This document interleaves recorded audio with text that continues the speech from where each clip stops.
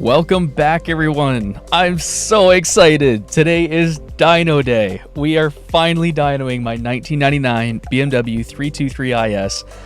This car is swapped with an M52 B28 that has been fully rebuilt, fully refreshed. It's got a 6266, and today we're going to find out what it makes on the dyno. My engine from last year didn't even last a month in the car. It was so infuriating because it wasn't even because of mechanical failure. It was pure idiocy. The 3 nuts on the Vanos assembly had never been tightened, something I was unaware of. I bought this engine complete and I trusted it. So here we are. We are rebuilding an engine from scratch, a whole new block, head completely checked, S52 cams, M52 B28 pistons, but M50 forged rods. We're degreeing the cams, we've got a meth kit. This is just a proper setup, and I'm hoping it's gonna last.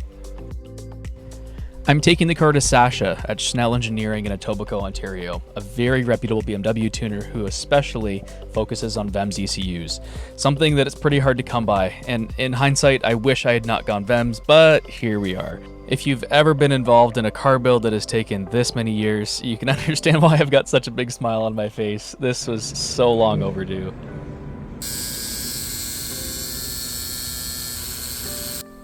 That buzzing you're hearing is 2 USRT race valves. They're twin 375cc little meth injectors that pulse right off the standalone of the ECU. They give us a lot of headroom in the future, but there'll be plenty for the power goals of the car right now.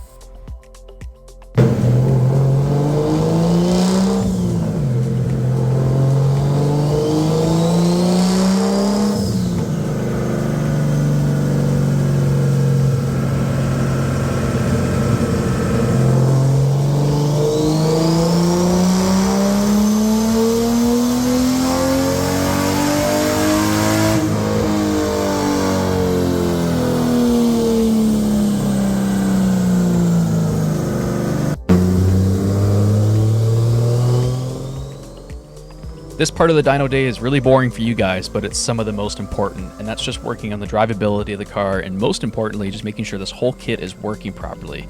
We actually noticed that our boost solenoid was not working properly. It was intermittent with a bad signal. A few little issues here and there, boost leaks, all the kind of stuff that goes on with a kit that's been completely swapped into the car. So I was really impressed to see Sasha taking his time, making sure all of this was in perfect working order, building the fuel tables for daily driving, so to speak, and then we started ramping into the bigger boost.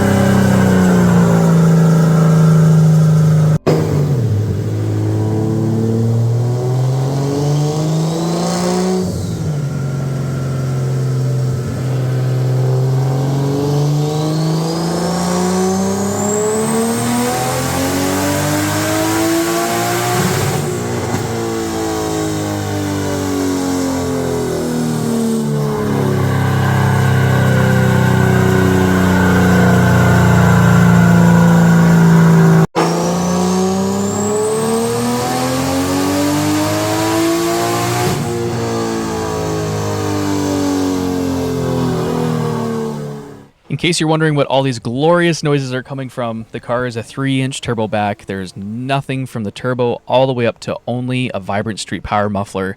It's externally dumped right off the wastegate in the engine bay. It's from a Tile 44mm wastegate, and most importantly, it's a T51 Armod 6266. So a lot of turbulence at the turbo. That's why you're hearing such beautiful noises.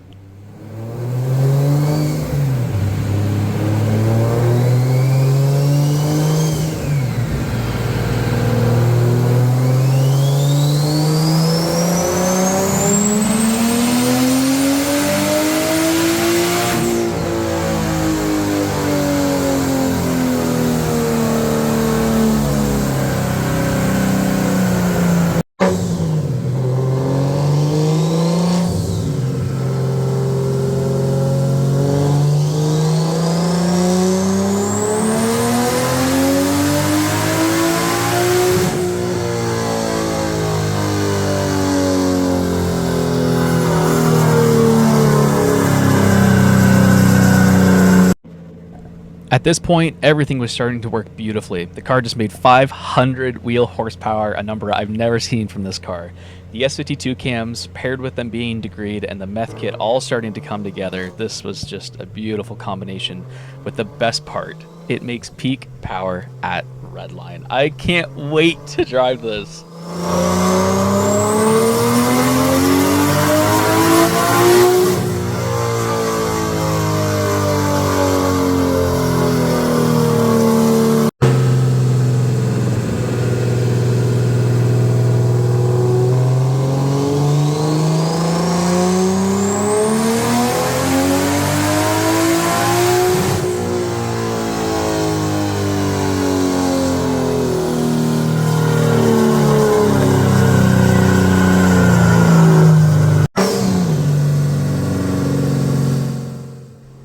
This is where we decided to leave it for the night. 543 wheel horsepower. A perfect number, especially considering this car was still stock bottom end. And that's where we had to be really careful.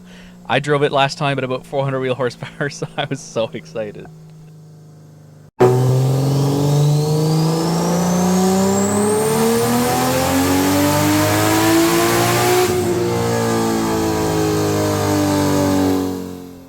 With the peak horsepower numbers achieved, I was really impressed to see Sasha spend so much time just getting the car sorted from a drivability standpoint. He was probably on there for over another hour, just working on all the fine fuel trims to make sure this car was really, really easy to drive on the street. And I brought it home and went for our first drive.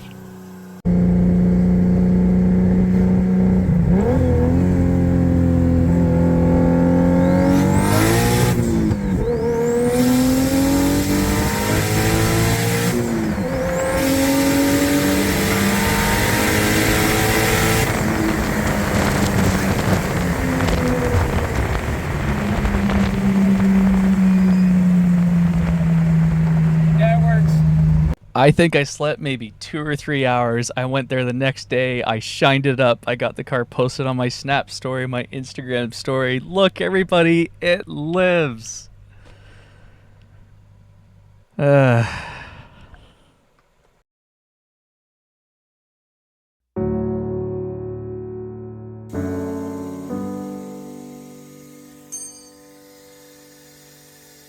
you can hear it blowing right to the bottom.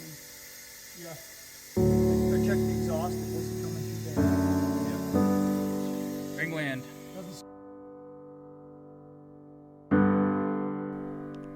Now, I realize this is really a first world problem to have your fun 500 horsepower convertible break on you. But this hurt.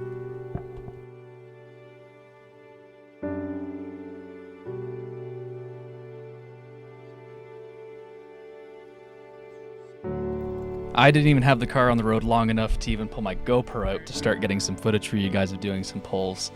I drove it around for a few hours, had an awesome Sunday cruising around, took a few friends out in the car, and after doing a pull, I was looking at the engine bay and so much smoke was coming out of the breather. So I tried to talk myself out of it. I was like, no, it's fine. It's because we got the rings. But I limped it home. I emptied my catch can, and there was so much metallic in that catch can. I was just heartbroken. On my way home, the idle started getting really, really rough. It sounded like it was definitely down a cylinder. The car was stalling at stoplights when I was trying to get away from it. I just knew something was hurt pretty bad. I was trying to tell myself, oh, it's a fuel injector, it's a anything, it's a, oh, maybe it's a valve, but we bore scoped the whole block and tested the whole head. I'm not going to bore you guys with all that footage, but our final conclusions were ringland failure. And on cylinder 1 of all cylinders, it would be understandable if it was 5 or 6, you could even call it tuning, but we knew that wasn't the case. And for cylinder 1 to go bad was unfortunately just the freak result of asking over 600 crank horsepower from stock pistons. I personally know people that have done that for over 4 years, and they've had good luck, but not me. So as heartbreaking as that is, this is cars, and you know what? This is just the way it goes. So I had myself a little grown man cry, and this engine's gonna come out one more time. She'll be back. I don't know when, but it has to be soon. Otherwise, I might just give up on this car. Thank you so much for watching, guys. I appreciate all the support and all the questions. And hopefully we'll see you soon.